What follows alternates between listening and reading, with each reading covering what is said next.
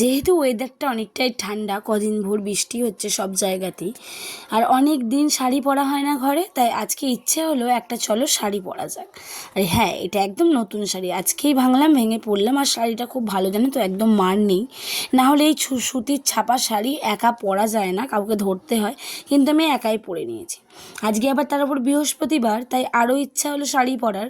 আর পরা হয় না এখন একদম বাড়িতে, আর গরমের জন্য তো একদমই পরা হয় না। সব থেকে বড় কথা, তাড়াহুড়োর জন্য আরোই পরা হয় না।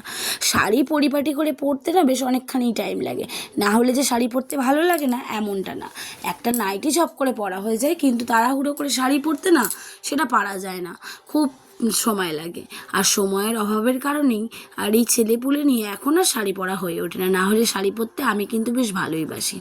তো যাই হোক, বৃহস্পতিবারে সব থেকে যেটা বেশি ভালো লাগে সেটা হচ্ছে এই আলপনা দেওয়া আর ধুনো দেওয়া, সব থেকে ভালো লাগে এই ধুনোর গন্ধ।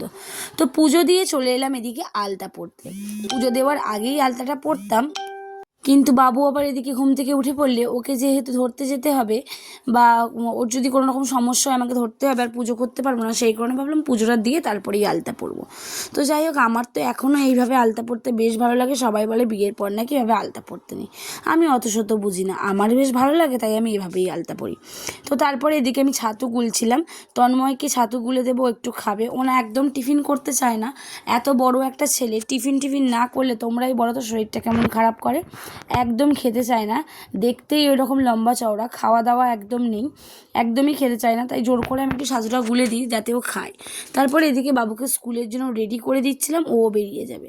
যতক্ষণ থাকে ততক্ষণ যেন হুড়োহুড়ি, আর চলে গেলে ঘরটা একদম শান্ত হয়ে যায়। আবার মনে হয় কতক্ষণে ফিরে আসবে। সন্তান হয়তো এরকমই হয়, যতক্ষণ নিজের কাছে থাকবে মনে হবে কেউ একটু ধরলে ভালো হয়, আবার কেউ ধরলে মনে হয় কতক্ষণে আমার কাছে আসবে। আর দেখতেই পাচ্ছ সব কিছু শেষে আমি এখন ঘরদোর মুছছি, ঘরদোর ঝাড় দিচ্ছি। আসলে আজকে এত পরিমাণে বৃষ্টি হয়েছে, আমাদের কাজের দিদিটা আর আসেনি, তো সেই কারণে এদিকে ঘরদোর ঝাঁট দিয়ে আমি সব ঘরদোর স্নান করার পরেই মুছছি। আগে মুছে নিয়েছিলাম মায়ের ঘরটা, চৌকাঠ গোড়াগুলো, সেটা চান করার আগে মুছেছিলাম, কারণ পুজো করবো বলে। আর পুরো ঘরটা তো দিদি এলে মোছে, কিন্তু দিদি যেহেতু আজকে আসেনি তাই আমি মুছে নিচ্ছি, আর ওদিকে মা কিন্তু বাসনগুলো মেজে নিচ্ছে। এই এক সমস্যা, জানো তো, হুট করে এরকম না বলে কয়ে এলে তখন খুব সমস্যা হয়। তবে আজকে দিদির কিছু করার নেই, কারণ এত পরিমাণে বৃষ্টি হচ্ছে, তো তার দিদি বা আর কী করবে বলো, তাই আমাদেরকেই সব কিছু করে নিতে হচ্ছে। তো আজকে এবার রান্না বান্না হবে, তো বাবুও স্কুলে বেরিয়ে গেছে এদিকে। তো আমি বললাম যে এত বৃষ্টির দিনে সবার বাড়িতে খিচুড়ি হচ্ছে, তাই আমরাও খিচুড়ি করি।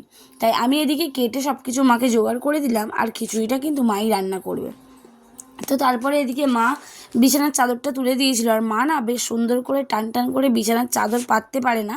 তো সেই কারণেই আমি ভাবলাম যে আমি ভালো করে পেতে দিই। আর ভাবলার কি আছে, প্রত্যেকবার আমিই পাতি, ভালো করে টান করে পেতে দিই। মা এতটা সুন্দর করে গুছিয়ে পাততে পারে না, সেই জন্য আমাকে বলে পেতে দিতে, তাই আমিই পেতে দিই।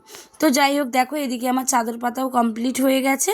আর বিছানার চাদরটা পাল্টানোর পর না প্রথম দিন তো দেখতে বেশ সুন্দরই লাগে, ঘরটা বেশ গুছানো গুছানো লাগে। একটা ঘরে কিন্তু এই বিছানার চাদরেই বেশি মানান লাগে, একটা সুন্দর করে বেডশিট পাতা থাকলে দেখতে কিন্তু খুবই ভালো লাগে। তো যাই হোক, এদিকে চাদর পাতা হয়ে গেছে, আর এদিকে তোমাদের তো বললাম খিচুড়ি রান্না হচ্ছে। আর খিচুড়ি হলে কিন্তু সেটা মাই রান্না করে, আমি এখনও পর্যন্ত একদিনও কোনো দিন খিচুড়ি রান্না করিনি। তো তন্ময় যেই শুনেছে খিচুড়ি হবে, তো কিমা নিয়ে এসেছিলো, চিকেন কিমা, ডিম, এগুলো দিয়ে। শীতকাল হলে তো অনেক সবজি দেওয়া যায়, কিন্তু যেহেতু গরমকাল অত সবজি দেওয়া হয়নি, সবজি ছিলেও না বাড়িতে। তো তারপরে এই দেখো মা এদিকে আমাকে টেস্ট করাতে নিয়ে দিয়ে গেছে যে খিচুড়িটা কেমন হয়েছে, আবার চামচ আনতে গেছে। তো বললো দেখ খেয়ে কেমন হয়েছে। তো সত্যি আমি খেয়ে দেখলাম খিচুড়িটা কিন্তু দারুণ টেস্ট হয়েছে, ভীষণ ভালো খেতে হয়েছে খিচুড়িটা, খুব ভালো খেতে হয়েছে। তো যাই হোক, তারপরে মা কলাপাতা কেটে নিয়েছিল খাওয়ার জন্য, আর কলাপাতা করেই আজকে আমরা দুপুরে ভাত খেয়েছি। তো বন্ধুরা, আজকের ভিডিওটা তোমাদের কেমন লাগলো অবশ্যই কমেন্ট করে জানিও, আর এইভাবেই পাশে থেকো আর ভালোবাসা দিয়ে যেও। তো চলো, আজকের ভিডিওটা এই পর্যন্ত, টাটা।